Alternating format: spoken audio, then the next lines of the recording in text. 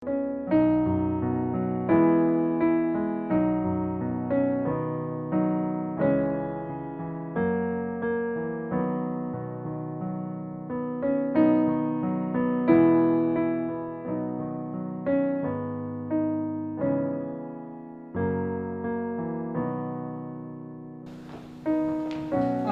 God.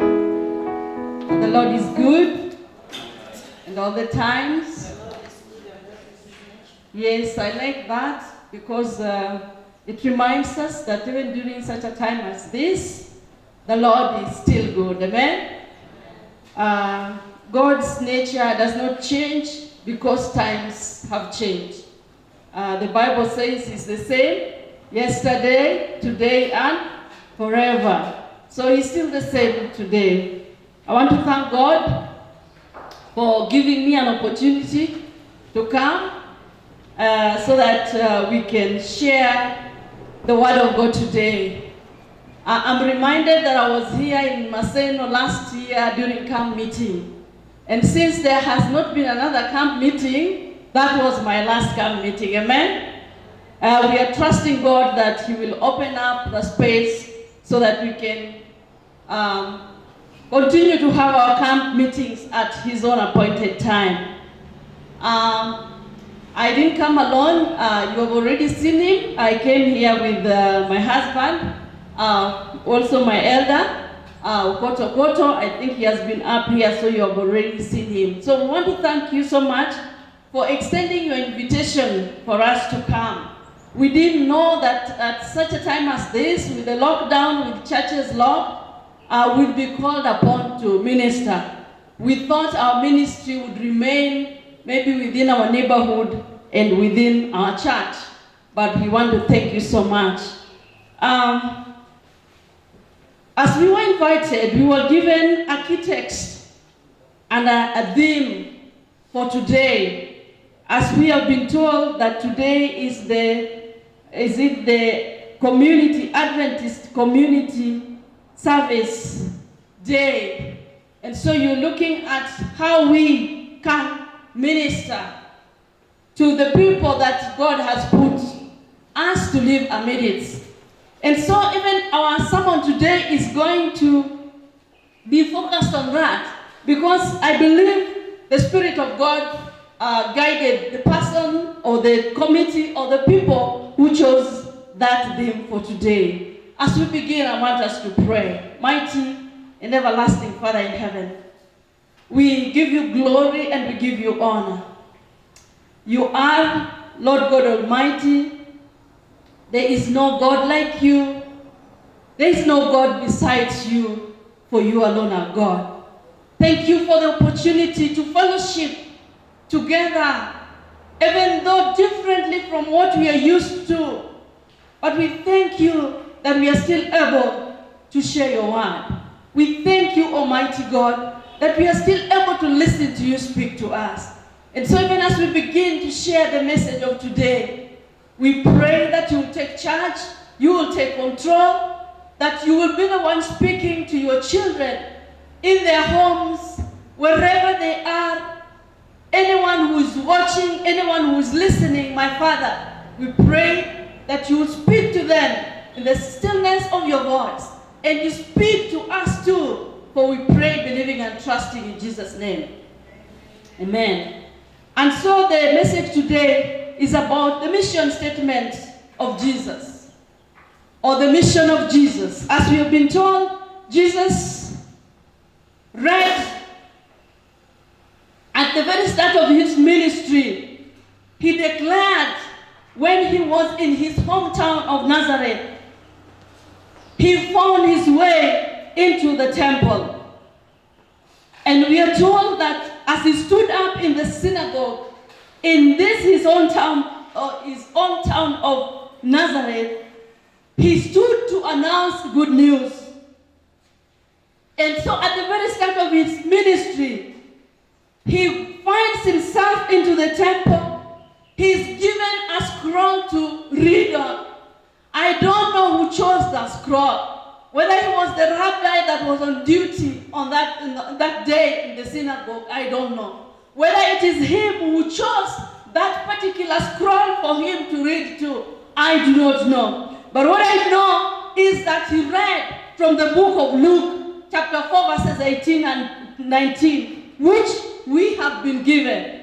And in this statement, he declared that the Spirit of the Lord is upon me, because he has anointed me to bring good news to the poor. He has sent me to proclaim release to the captives and recovery of sight to the blind, to let the oppressed go free, to claim the year of the Lord's favor. Praise God. I mean, if we look at this book, we know that Jesus is quoting from the prophets. In particular, he's quoting from the prophet Isaiah. And this is from the Isaiah 61, verses 1 to 3. When we read that, we get to know that he simply restates the promise and the purpose of his mission, his message, and his ministry among them. I have said he restates the promise and the purpose of his mission, his message, and his ministry among them, because that is what brought him. Now, if we are to clearly understand this passage, we need to consider the context in which he is speaking. He is the long-awaited and anticipated promised Messiah of Israel. That is what Christ is saying. He is speaking that the fullness of time to the chosen nation has come. The nation composed of God's precious people, his peculiar and particular people, has come. Because you realize that after he's read from the book of Isaiah 61, he did actually preach. That is the shortest sermon I have ever read. He simply said that this has been fulfilled in your hearing. And he closed the Bible and went for the scroll and went and sat down. Praise God. The shortest sermon, but the most powerful sermon ever preached. Because what is he telling them? I want to say that for us to fully understand this message, we need to understand who was in the temple at that particular time when Jesus read from this particular book. I want to believe that in this group that was congregated in the temple, it was a miniature kind of who else was in this society. I want to believe that the Pharisees were there in the temple at that particular time. I want to believe that the Sadducees were there in the temple at that particular time. I want to believe that the Zealots were there in the temple at that particular time. I want to believe that every religious sect within the Israelite community was there. And I want to believe that there were even ordinary men and women, the other Israelites who could have come to the temple at this particular time. Now, why have I mentioned these other sects like the Pharisees, the Sadducees, and even the Zealots? Now, I'm mentioning because I know that they held their beliefs about how the prophecies, their beliefs about how the law of God, how the precept of God that had been given to them was supposed to be lived out was very different. The Pharisees believed in the strict keeping of the law. The Zealots were like military, like they believed that they needed an ancestor, son of David, who would take back the Israelite throne and give to them. There were here the Sadducees who also had their own beliefs, but all of them were in the temple. And at that particular time, when Jesus read and said that today this has been fulfilled amongst you, Jesus in essence is telling them that if you have been looking for the Messiah of Israel to come, here today he is in your midst. If you've been looking for somebody, a Savior to come, today he is here in your midst. And one thing I know is that even though they had different views, one thing that they had in common and which they would live to until the end was that they were going to oppose Jesus in everything and everything that he was going to do. Now, why did Jesus read from this scroll? Why exactly did Jesus read from this scroll? As I said, I don't know who gave him this particular scroll that particular day. Whether it was the prescribed reading of the day or whether Jesus intentionally found the relevant verses, I don't know. But in the scroll he was given to read, it was no coincidence that in these verses were the text of his first public sermon. Neither is it a coincidence that the story of Jesus, that very short sermon I said he gave, that today this has been fulfilled. This scripture has been fulfilled in your hearing. It was not a coincidence. Because as Luke begins to write his gospel, he's recording that Jesus is the anticipated Messiah. Jesus is the one that we have been waiting for. And Jesus has come to do things differently. You know, we are saying that we are praying. We are wishing things will get back to normal. I want to say, I don't want to go back to a normal after this COVID-19. I don't want to go back to the kind of prayers I used to offer before this pandemic. I want to believe that the experience we have gone through during this lockdown, trying and wishing to give a hug to your sister when she's pained and crying and you can't. You know, a close neighbor has died and they say that only 15 people can go there. You can't go. If you are with me, you remember this young man who transported the body of his wife, was it from Malindi or Mombasa, and came all the way somewhere in the border of Meru with his wife, with the mother and with the children, and then being stopped and being told that your mother and your children cannot proceed, that you alone is going home with this body. You can imagine the kind of pain. I remember when they serialized on our local television, and I felt the pain that man could have felt. With the body of his wife in the police station, it's raining overnight, just the two of them. And then the following day he has to get home so that he can burn. You know, when we say that we want to get back to normal, I think we are not being honest. Me, I believe when the churches are open once again, when we begin to fellowship, we will do things abnormally. Praise God. We are not going to be the same. You know, Elder Sunday said as he was reading about the mission of Adventist community, he talked about what? Service beyond, relief beyond. I believe that when we get back from this lockdown, we are going to worship God beyond, more than we have worshipped him before. I believe when I'm given an opportunity to sing, I will not sing the way I've always sung, because I have realized that it's a privilege to come to the house of God and worship every Sabbath. It's a privilege to be given an opportunity to minister to someone is in need. And so in this mission statement, we get Jesus, explaining what he had come to do. What is it that he had come to do? What is it that the Savior has come to do? What is this promise? What is this purpose? What is this message? What is this ministry that he has come to give us? When he read from Luke 4 verses 18 and 19, he wanted to wake up people from their comfort and to challenge them to do things differently. Praise God. He wanted to challenge them and ask them to do things differently. When the Messiah, because he says this, after reading from Isaiah 61, 1 to 3, which the Israelites knew, pointed to the Messiah, pointed to the one who was coming to set them free, pointed to the one that was going to give them relief. After he has read from that, he says, it is fulfilled. He wants to challenge them. He wants to tell them that things are not going to be the same.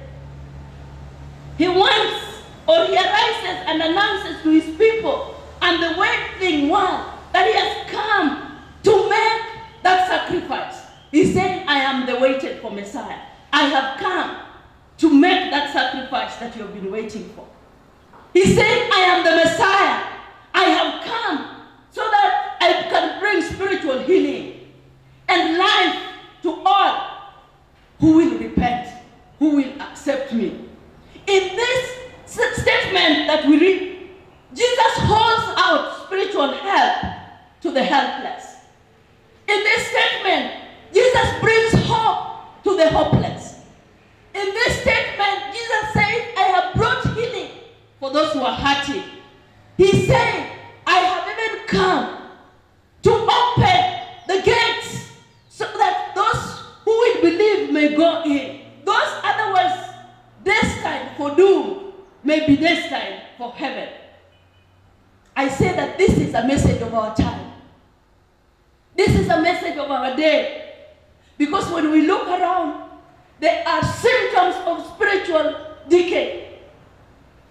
There is death around us. There is suffering that is overwhelming us. When we look at the news every day, we are daily bombarded with so many voices that are confirming the crisis of the age that we live in today. There's so much news confirming the crisis of corruption that is in the world we live in today. The fabric of our societies, the fabric of our culture, of this generation has been torn and has been shredded. You know, somebody shared with me this morning a picture of a 10-year-old mother. A 10-year-old mother holding a baby in his hands, in her hands. The other day I was watching the news. I saw a 14-year-old mother of triplets with the father being a 13-year-old boy. I don't know whether you saw that. Bungoma District Hospital. I'm saying that what we get and what we see around is telling us that we are living in a time when the society is in tatters. It is shredded beyond recognition. But not just that, see around us. You know, the world is just descending into a dark abyss, if I may say. There is decay, there is decadency, there is obscenity, there is indecency. Talk about any evil. There is pornography, there is incest, there is child abuse, there is licentiousness, there is everything. Sexual promiscuity, perversions of every kind. Amidst that, we have people who are suffering. We have people who are challenged in many ways. Indeed, the conditions predicted by the Old Testament prophets, the conditions predicted by Jesus himself and by his disciples are what we are seeing today. Our world is crying for spiritual help and healing. No wonder Jesus said he has come to heal the brokenhearted. Because all around us are people who are brokenhearted. He has come to heal the brokenhearted. He is referring to those who are discouraged because of the plight of their lives. He is offering help to the helpless, I have said. He's looking for the people living on the edges of the society. I remember Elder just mentioned how a friend of his who normally picks him when he's in Nairobi from the airport to wherever he's going, the other day calls and says, imagine for 3 months, the airports are shut, the taxis are not operating. I don't have anything to eat with my family. We are talking about people living on the edge. We are talking about widows. We are talking about single mothers and others. We are talking about the unemployed. We are talking about people who are losing their jobs. We are talking about people who are chronically sick. You know, other diseases did not stop because there is COVID-19. Or did they? Did they stop? Did cancer disappear because COVID-19 is here? Did high blood pressure disappear? Did arthritis disappear? No. The others are still there. So amidst the challenges brought by the COVID pandemic, we still have other chronically sick people who cannot even raise medical bills. Those struggling with mental illnesses, all around us are poor, are tried souls that need sympathizing ones and helpful needs. There are widows who need sympathy and assistance. They are orphans whom Christ has bidden his followers to receive as a trust from God. Too often these people are past. They are neglected. They are the street boys and others. They may be ragged. They may be uncouth. They may look unattractive to us, yet they are God's property. And so Jesus said, for such as this I have come. You know, Jesus not only came for the least, but he went out of his way. We are talking about his mission statement. Because a mission statement, whether it's for an organization or a company, it tells us why that organization exists, why that company exists, what is it that they want to achieve. So Jesus is telling us, I have come for this. But he just didn't sit down to wait for them to come. I'm saying that he went out of his way to look for them. Praise God. He went out of his way to meet them where they are. I'm reminded that he deliberately one day walked into an enemy territory, of course an enemy in quotes, to confront a Samaritan woman who was caught up in her reckless, adulterous life. He had to walk and go wait for her in the well of Jacob so that she could find him there. One day, he walked up to a paralyzed man who had been lying at the sheep pool for 38 years, if you read John chapter 5, and he healed him there. One day, he had to sail and cross the Sea of Galilee to drive demons out of a Gentile. You know, he didn't wait for them to come. He went out to look for them where they were. Praise God. And so the people who need us are there. They may not come where we are. But like Jesus, we have to go out. We have to look for them. I'm reminded that he went out to find them where they were, so that he could meet them at their needs. I remember I had this statement, which Elder Sunday read. Christ's method alone will give true success in reaching people. The Savior mingled with men as one who desired their good. He showed sympathy for them. He ministered to their needs and won their confidence. Then he bade them, follow me. He ministered to them. Praise God. He went out to meet them where they were. He looked out for them. But even those who came to them, those who sought him out, he also healed them. You know, this is the Savior's nature. He's going out for the least of this. He's looking out for the least of this. It was his way, it was his method to look for them and to reach out to them and to minister to them. In his life, he associated with those who otherwise could be neglected and be passed by. It reminds me that when he was born, it was to the shepherds that the angels appeared to. It was to the shepherds, the wealthy and others came much later, that he appeared to. It reminds me that when he was at the cross, it was the women who stood by there, who followed him, and who saw where he was laid. And on Sunday, the first day in the morning after his resurrection, it was the women who appeared at the grave. It was the women who went and preached the resurrection message. So, why am I talking about this? Because women in that society were very lowly esteemed to the point that their testimony was not admissible. If it was a woman who said, yes, I saw him do this, no one would admit that. So they were low in the society. And yet, Jesus ministered to them. God chose them to be the first to discover the miracle of the resurrection and the first to be able to preach the resurrection gospel. And I want to say, like those women who follow him that time, even today there are women who follow Jesus today. They come from diverse backgrounds. Some are single, as I had said. Some are wives, some are mothers. They come from homes, some from very influential homes, centers of political power. But others come from the back streets of the villages. But they are bound together because Jesus has called them into his service. I want to say, once these women found Jesus, once they encountered him, they followed him, bound together by the one who had called them, who had ministered to their needs. Some he set free when they were about to be murdered. If you remember with me in the book of John, there was the woman caught in adultery, whom they brought to Jesus.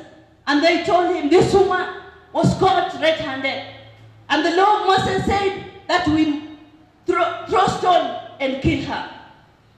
And we are told Jesus bent down and wrote. He said, he who is without sin, be the first one to do what? To throw stone. And then what happened? We are told that when he woke up, they all had walked away. Why did they all walk away? Or somebody suggests that as he wrote down, he wrote their sins, and therefore everyone was able to read his sin and walk away. But I don't know whether that is the case. What I know is he said, if you are without sin, be the first one to cast a stone. So if they walked away, they all realized they were sinners. And when Jesus stood up, he said, where are they? Where are your accusers? They were not there. He said, neither do I condemn you. And so many of such kind of women followed him and ministered to his disciples and gave of their resources and traveled with Jesus and his team from Galilee to Jerusalem. Everywhere he ministered. I wonder, are we doing the same? Are we doing the same? You know, if there is one great characteristic of the Savior, is that he was very compassionate. He tried to develop a close and personal relationship with each and everyone that he met. He knew what their needs were. And many times the scripture tells us that he was moved with compassion. In the feeding of the 5,000, we read that he was moved with compassion because he saw this great multitude that had listened to him a whole day. And then it was evening, and the disciples were telling him, tell them to go what? Go away.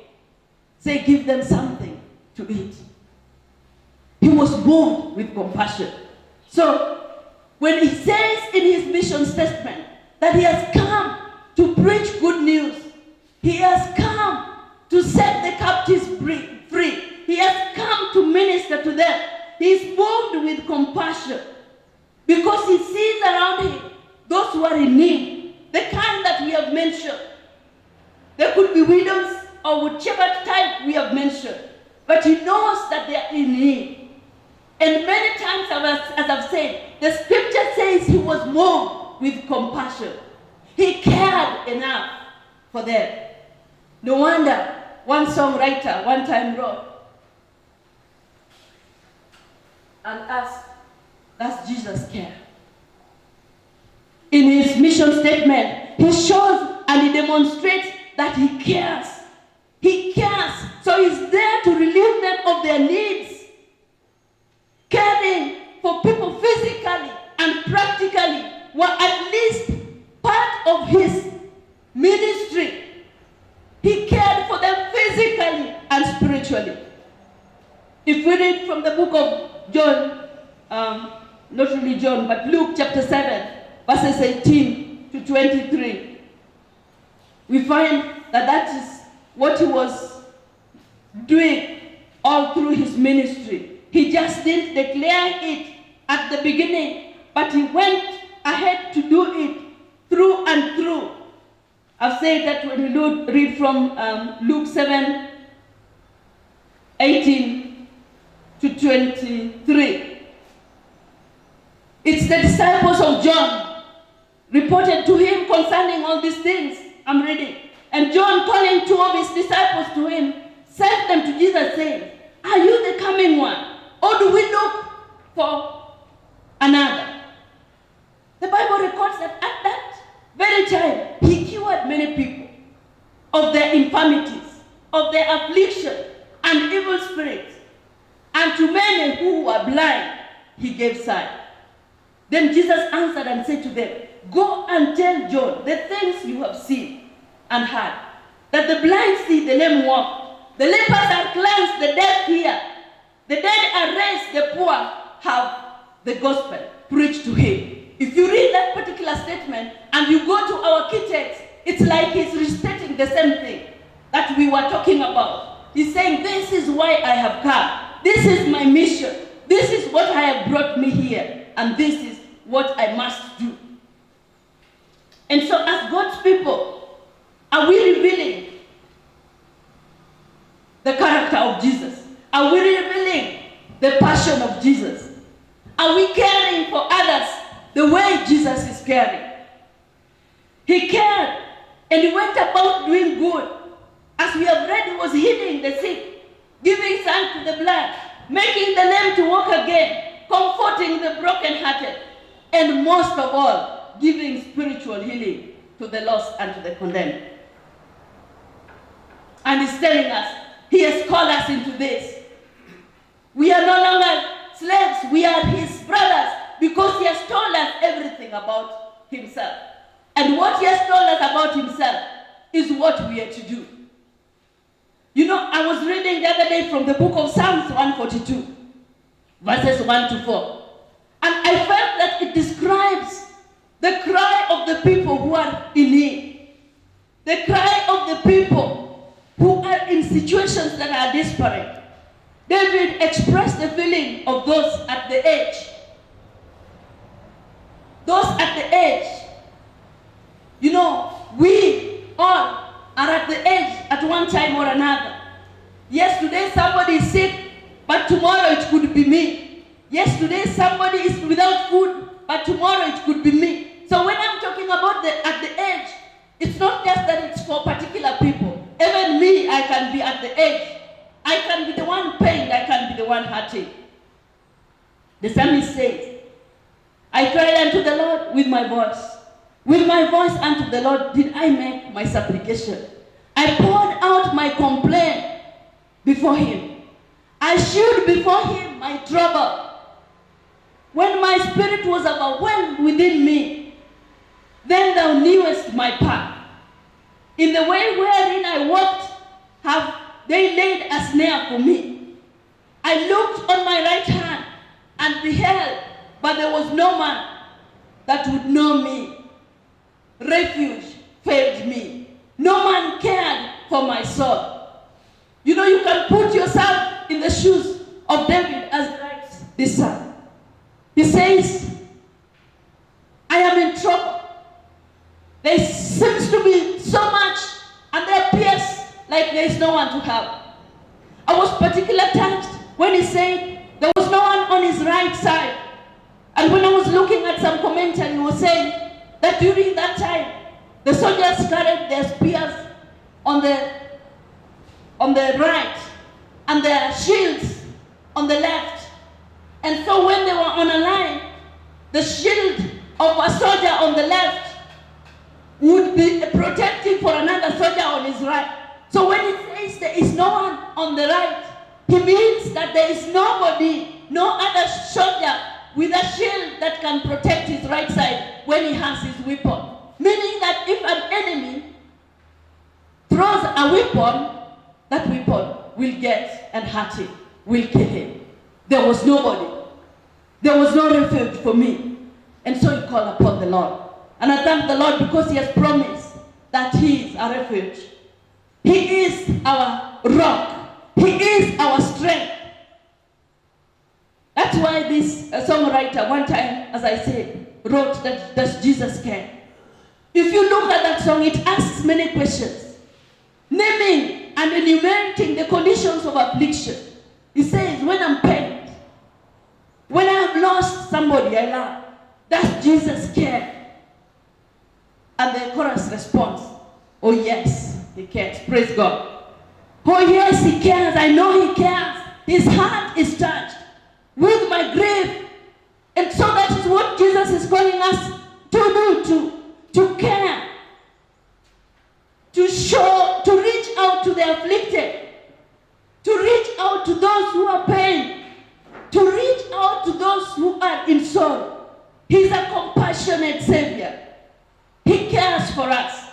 And it's God calling us to the Christ-like compassion. A compassionate Christian is a contradiction in concept. Because a Christian is supposed to be compassionate. So if you are compassionless, then you are the opposite of who you are supposed to be.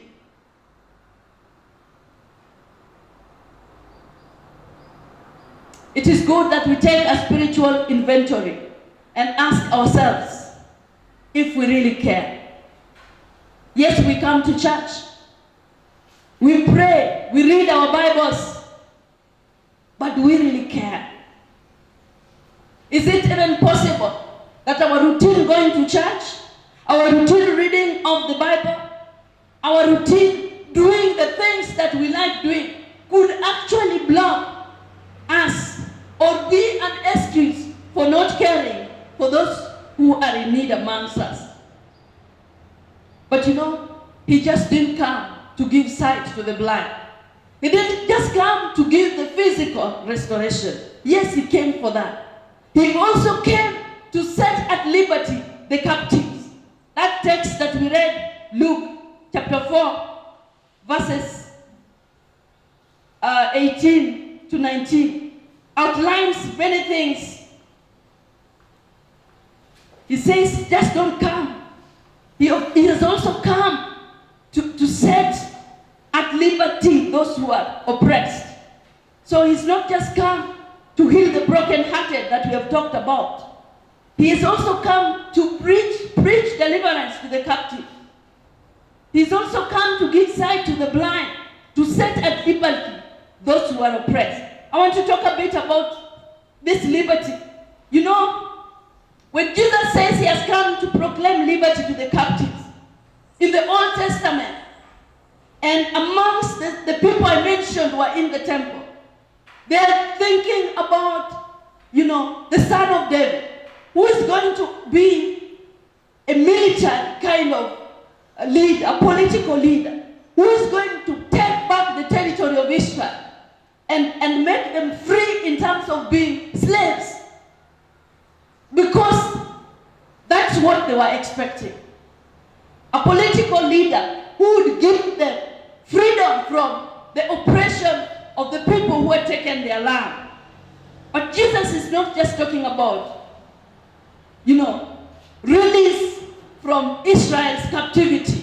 No. He's talking about captivity here refers to sin. He's come so that he can share the news with those who are in sin so that they can find salvation.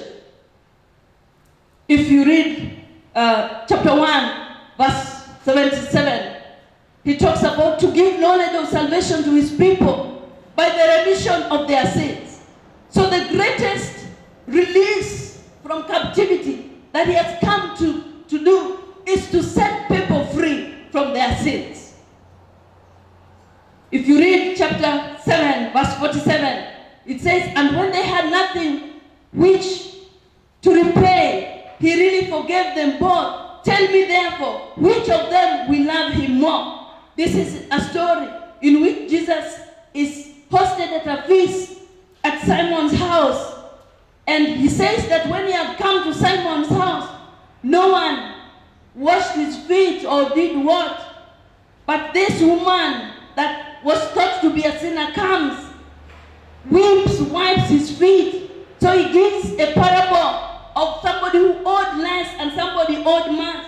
But both of them are forgiven. And so he asks, who among those who is forgiven?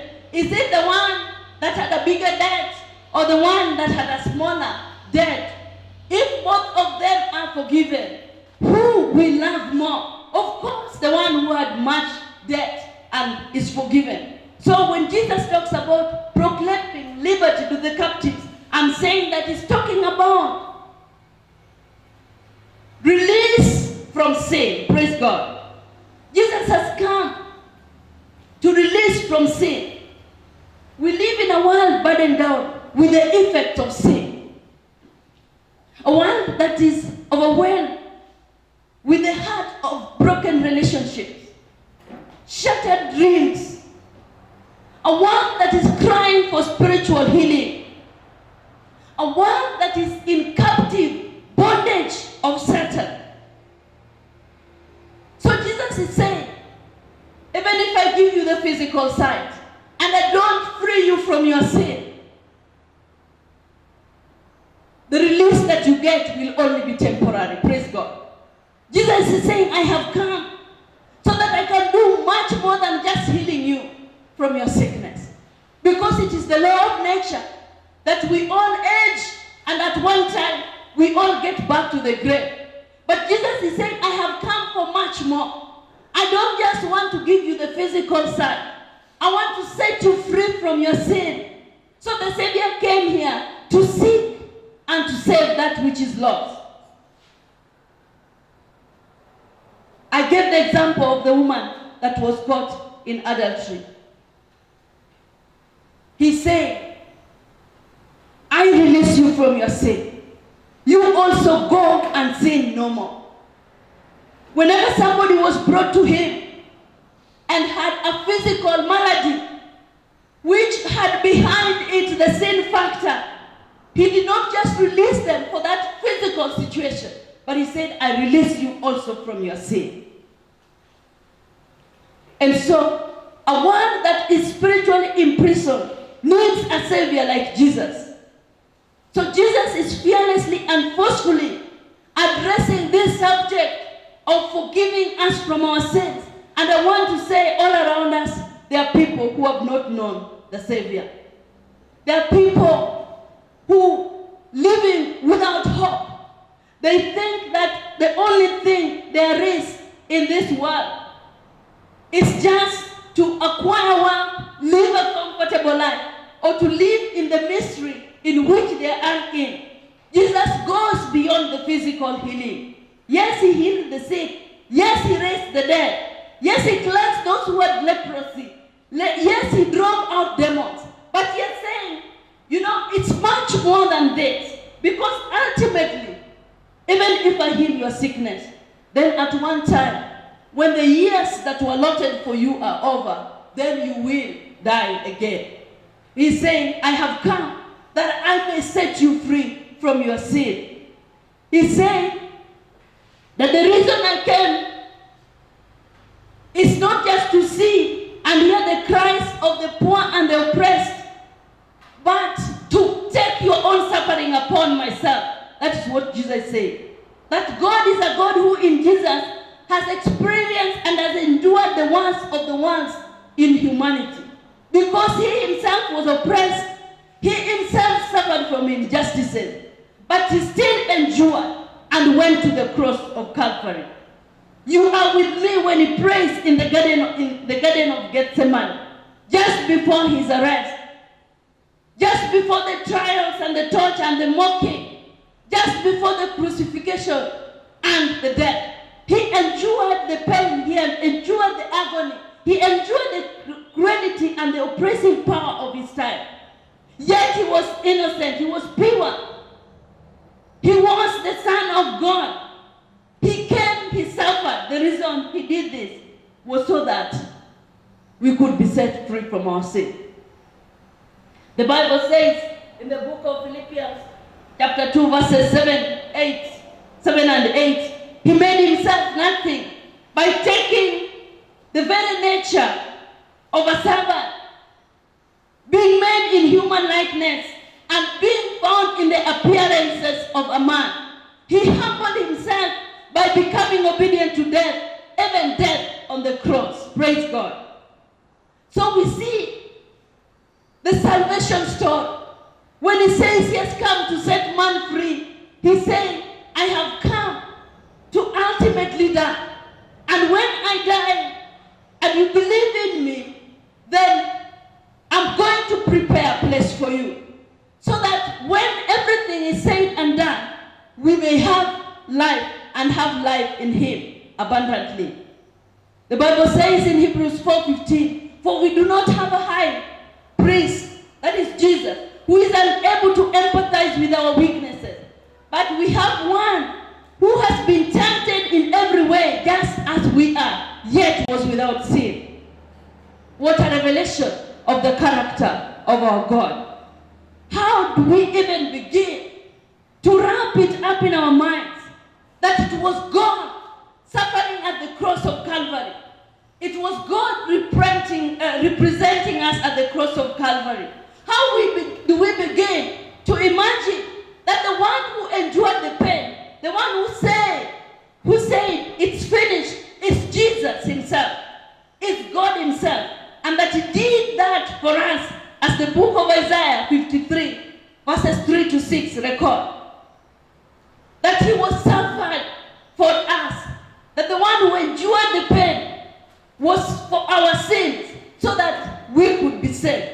And so when Jesus said, I have come to set the captive free, Jesus is saying that I'm going to the cross for you, so that finally, when this pain and sorrow is over, you may have life and have it abundantly. We know in the book of Revelation chapter 21, when the Bible says, and behold, I saw a new heaven and a new earth, for the former things had passed away, saying there will be no pain, no tear, no sorrow. Why won't there be any pain? Because it will have been done away with. Christ himself went to the cross of Calvary for our sins and for our sake. And so, brothers and sisters, we are being told that it's not just to heal physically, but Jesus came so that we could also be set free from our sin. He came to seek and to save, to seek and to save that which was lost.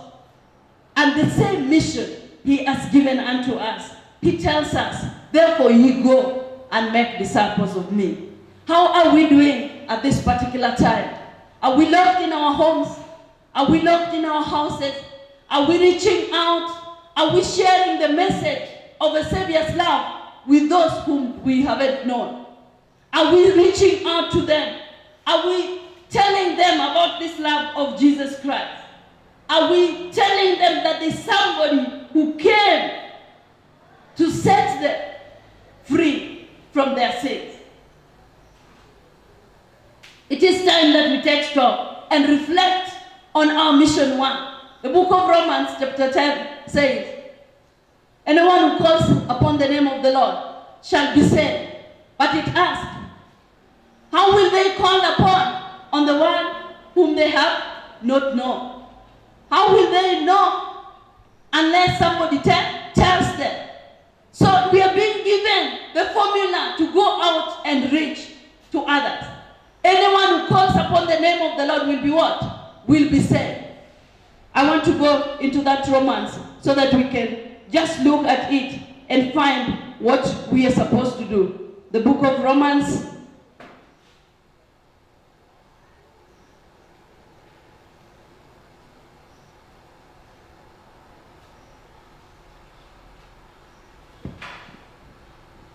Yes, verse 13 says, for whoever calls upon the name of the Lord shall be saved. Whoever calls upon the name of the Lord shall be saved. And then the question comes in verse 14. How then shall they call on him whom they have not believed in? And how shall they believe in him of whom they have not heard? And how shall they hear without a preacher? And how shall they preach unless they are sent? As it is written, how beautiful are the feet of those who preach the gospel of peace, who bring glad tidings of good things. Praise God. You know that verse is telling us that anyone who calls on the name of the Lord shall be saved. Because Jesus said, I have come to set the captive free, to free them from their sin. But it is interesting, the way this message is posted here. Anyone who calls upon the name of the Lord will be saved. But look at that question. How then shall they call on him whom they have not believed in? In other words, for them to believe, for them to call upon the name of the Lord, what do they need to do? They need to believe. Praise God. They need to believe. But then the question comes, how shall they believe in him of whom they have not heard? So we are starting from By calling upon the name of the Lord. The Lord. How do people get saved? By calling upon the name of the Lord. But the question is, how will they call if they have not believed? So the second process of salvation is being told to us. For somebody to call upon the name of the Lord, they must do what? Believe. Praise God. They must believe. And then the question, how will they believe on whom they have not heard? In other words, for you to believe, you must have heard. Praise God. You must have heard. And so the question is asked, how will they believe on whom they have not heard? And then, how will they hear? So we start from call, listen. But you can only call on whom you have believed in. For you to believe, you must have heard. Are you seeing the reverse? Believe, call, believe. For you to believe, you will have what? Heard. Now, for you to hear, somebody must tell you. Praise God. Somebody must tell you. Somebody must tell you. Because the question, how shall they hear? And how shall they believe in him whom they have not heard? And how shall they hear without a preacher? In other words, for you to hear, somebody must tell you. This person is called a preacher. You know, sometimes we think you must stand here and speak. That is when you are a preacher. No. Anyone who tells someone about Jesus is a preacher. Praise God. And so the Bible says, they can only hear if somebody has preached to them. My question is, are they hearing? Are they hearing? Because he said, I came to set them free. The captive free from their sin. Are they hearing this so that they can believe? So that they believe and then call upon the name of the Lord. Now, for them to hear, you must tell them. Praise God. So, are you preaching? And for somebody to preach, somebody must be sent. So the reverse of the problem, the process of salvation is given to us. People call only on whom they have believed. But they believe only on whom they have heard. But they only hear when somebody tells them. And who tells them? Me and you. Jesus said, I came to set the captive free. And therefore go. Therefore go and make disciples. Therefore go and tell them. And we're telling that Jesus has come to set them free. And we're sharing this message with them. Because that is the mission.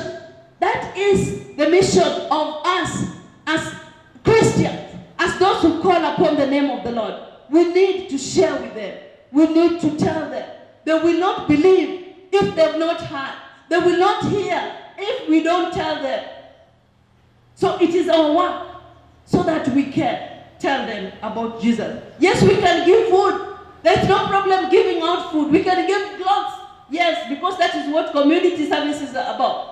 We can do all this. But do we tell them about Jesus? Do we tell them about Jesus? He came to set them free. Brothers and sisters, at such a time when the world is living in an unprecedented time, at a time when we know people are suffering, they need us to reach out to them. We need to share Jesus' mission statement with them. And we just don't need to just say it. We need to show it. We need to share with them. We need to tell them that Jesus came so that they can set free. And I believe that we will not let this opportunity pass. One, it is at a time when people are in need that they are so open to receive. It is at a time when such things are happening. You know, it is unbelievable. It's unbelievable in the world history that we could be, at such a time, we could be locked down in our houses. Nobody ever believed that the busiest international airports of the world, where every 5 minutes a flight either lands or takes off, no one believed they could be closed down. Now, men's hearts are turned and they are asking, so it is true that in 1 hour, it is true that everything that we see about could just perish. And so they are asking, if it is true that could happen, which other hope do we have? And here is where we come in, to tell them about Jesus. Praise God.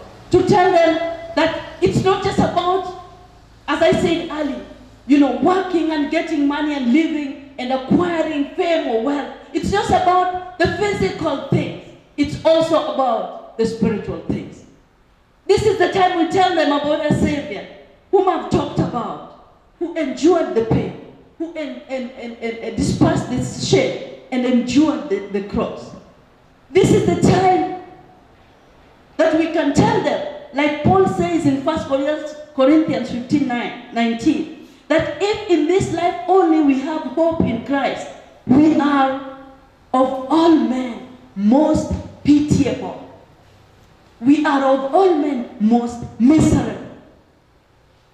This is the time that we can tell them that the immortality that they are looking for, the tragedy that is facing human society, that in the shadows of the valley, and the shadows of death that they are walking in, that the future that they look at and looks like it is empty and meaningless. This is the time that we are telling them that there is still meaning in life. And this meaning is only found in Jesus Christ. As the psalmist says in Psalm, there is hope in Jesus Christ. There is hope for them that believe. That sickness, that pain, that want will not have the final word. That it is Christ Jesus who has the final say over our lives and their lives. And so when Jesus says that I have come to give sight to them that are blind, when Jesus said I have come to set the liberty those who are oppressed, when Jesus said I have come so that they may gain their physical sight, I also want them to gain their spiritual sight. That is what the mission statement. He's saying that if you're going to commit your life to anyone, then commit your life to me, because I have the power. He's offering his CV, curriculum vitae. He's saying, I can do this. Yes, I can do this.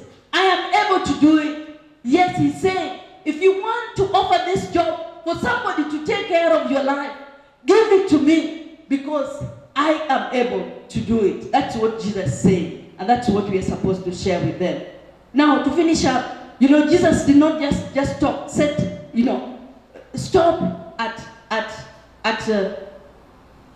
giving sight to the blind. Of course, both physical and spiritual blind. He didn't just stop at, talking about the liberty of the oppressed. No, both physical and spiritual oppression. He didn't just end there. When you look at the text that we read, at the end of it, he says, I have come to proclaim the acceptable year of the Lord. Praise God. The acceptable year of the Lord. It's an allusion to the concept of Jubilee. Of course, I'm not talking about the Jubilee party in this country, but the biblical Jubilee. If you read the book of Leviticus 25 verse 10, we get the idea of Jubilee. This was the 50th year when the children of Israel then were to proclaim liberty throughout the land and to all its inhabitants. So Jesus said, it shall be a jubilee to you, like it was there. During a jubilee year, people were supposed to be returned to family property and to their own clan. And so Jesus is saying, I'm offering something here in totality. I'm offering a cancellation of your spiritual death. I'm offering you a new beginning. Those who respond to this message will not be the same again, because he's not just the Lord who forgives all sins and iniquities, or who heals sicknesses and diseases. It's not just the Lord who redeems a life from destruction. He says it's the Lord who crowneth thee with loving kindness and tender mercy. Jesus is saying, I'm offering heaven for somebody who was bound to destruction. He's saying it's the year of Jubilee. He's saying, I am offering total total cancellation of everything, your spiritual debt, everything that could hinder you from seeing the face of God, everything that could have held you, everything. I'm offering a new beginning, a cancellation, so that you can start afresh. The Bible tells us, it's a paragraph, a text that has been alluded to here today. When we look at Matthew 25:31-40, it is so long we can't read it. But we know the whole story. It says, when the Son of Man comes in his glory, and all the holy angels are with him, he will sit on his throne of his glory. And then he says, all the nations of the earth will be gathered before him, and he will separate them one from another. As a shepherd divides his sheep from the goats, he will separate them, and he will set the sheep on his right hand, but the goats on the left.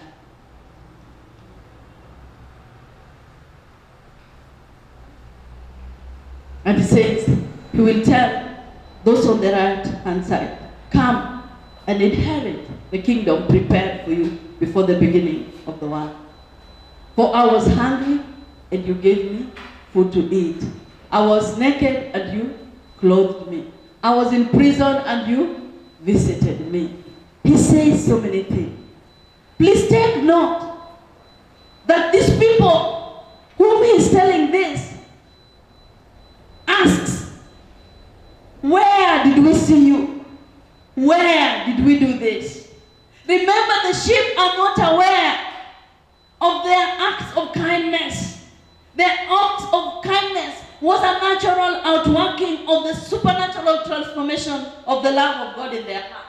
They didn't strive to do that. You know, sometimes we strive that we want to do it. But I want you to take note that the sheep here are not aware. That's why they are asking, when did we see? How did we do it? Where did we do it? And he says, as you did to one of the least of these my brothers, you did that unto me. Their act of kindness were, as I've said, a natural outworking of the supernatural transformation of the love of God in their hearts. Yes, this is the fulfillment of his mission. Because when he came, he said, the Spirit of the Lord is upon me, because he has appointed me to preach the gospel to the poor. So he's telling them, you know, because you preach the gospel to the poor, you actually fulfilled my mission. He had said, he sent me to heal the brokenhearted. So he's actually telling them, when they are seated before him, that because you went and condoned, you went and helped somebody who was brokenhearted, you actually fulfilled my mission. He's telling them, you put your feet in my shoes and took from where I left and fulfilled the mission which I had come to do. He's saying, welcome, blessed of my Father, because as you did to the least of this, you did to me. He's telling them, you fulfilled the very mission which I had come to do. You picked from where I had left from, and where I had left from, you went and did it. You went and healed. You went and fed those who were hungry. You went and bereaved with those who were suffering. You went and shared the gospel. You proclaimed the year of liberty so that somebody has a newness of life. My brothers and sisters, that was the mission statement of Jesus. He's saying, I have come to heal. I have come to set free. I have come so that those who are oppressed may get released. I have come, brothers and sisters, so that I can fulfill the mission that was anticipated of the anointed Messiah. And he said, if you have received with me, you also come. You also come. You also come and share into the joy of my Father, because you have joined in helping me fulfill my mission statements. Will we join Jesus in fulfilling his mission statement? Will we join them in reaching out to those who need healing? Will we join them in reaching out to those who need to be set free from the various maladies, from the various captivities, from the various oppressions, both physical and spiritual. Would we come and join Jesus in his mission statement? Let us not be locked down in our own self. Let us not be locked down in our own, looking after our own, looking at our own life. Let us reach out to others, because that is what Jesus has called us to do. I pray that the launching, as you said, and it had been launched, of this Adventist community service Beyond Relief will reach out to those who most desire. And that when Jesus comes again, he can say, welcome, blessed of my Father, inherit the kingdom that was prepared for you before the beginning of the earth. May the Lord bless us in Jesus' name. Amen. I want us to pray. I want us to pray so that we can recommit and rededicate ourselves to the mission, to fulfilling Jesus' mission statement. That we would go beyond what we have been called to do, because the world needs us today. The world needs us today more than before, more than this pandemic started. Can we rise up so that we can have a word of prayer?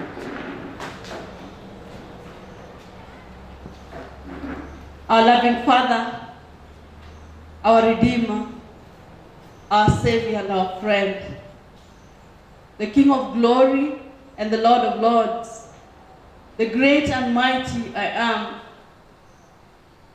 the one who created the heaven and the heaven of heavens, the sea, the oceans, and all that is in them.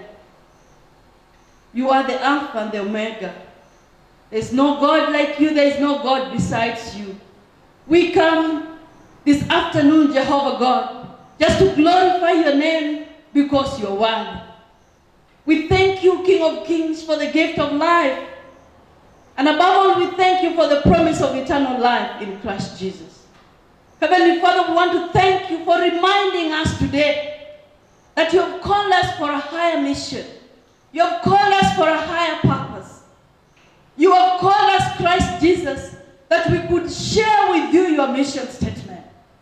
And just as you sent us out to go and reach out to others, Father, we can't do it by ourselves. By ourselves we are weak, but we thank you because you promised that we shall receive power. We shall receive power from you so that we can go out and minister, Jehovah God, to those who are in need. We can go out and minister to those who are oppressed. We can go and minister to those who are in need of Christ Jesus. I know, Jehovah God, that we live in difficult times. I know that even as individuals we're struggling and we are suffering. I know, King of glory, that we have even little for ourselves. But dear Jesus, you've called us. It is in us that the world will see you. It is you in us, living in us. It is you pushing us to go out. It is your love moving us, Jehovah, to reach to other people that they would be able to know about you. How we pray for a renewed strength, oh my God. How we pray for an enabling power of the Holy Ghost so that we can be able to reach those in our society. I want to thank you for Maseno Central Church. I want to thank you for the mission and the ministry that you've given them. And I want to pray, oh Jehovah, that even as they begin to relaunch, as they begin to think of newer and better ways of meeting the needs of those who are around them, Father, that you will give to them, that you will bless us together, that you bless each and every member of this church, so that even during this lockdown, during these hard times, we can still find time to reach out to those who are in need. Heavenly Father, as a generation, as people who live on this planet, we are pleading for the end of this pandemic, Jehovah God. We know that while in certain parts of the world, the curve is flattening and there is slow opening up taking place, we know that in a country like this one where we live in Kenya, we know, Jehovah, that the numbers keep on rising every day. But Father, you know us, you know our weakness, you know that we are not able to face this enemy by ourselves. We ask, oh my Father, that you may intervene in our lives. King of Kings, we pray that you will set us free from this lockdown, from this pandemic, and that when you set us free, oh my Father, we shall be able to do that which you have called us to do. But even when this lockdown continues, my Father, may we still have ways and means of reaching out through your enabling grace. Oh King of Glory, we thank you. We look forward to congregating here, all of us, as we did in the previous month. We look forward, Jehovah God, to your intervention, because the Bible says that you created man in your own image and you breathed into man through his nostril the breath of life. We know that the enemy has contaminated, so that now the breath that goes in has a possibility of causing death. That's why we walk and work with masks. King of Glory, may you purify this air again. May you intervene, O Jehovah God, so that for the glory and honor of your name, your children can be set free. Thank you for listening to us. Forgive us our sins. Cleanse us from all unrighteousness. Forgive us where we have failed to show mercy and kindness. Forgive us where we have lost the opportunity to minister past. Forgive us where we have not fulfilled your mission the way you require us to do, oh my God. Above all, thank you, because you are a God who is able to minister through us. And you are a God who is able to do much more than we ask. You have promised that you are able to meet all our needs according to your riches in glory through Christ Jesus. May your will be done in our lives, for we pray, believing and trusting in Jesus' holy name. Amen.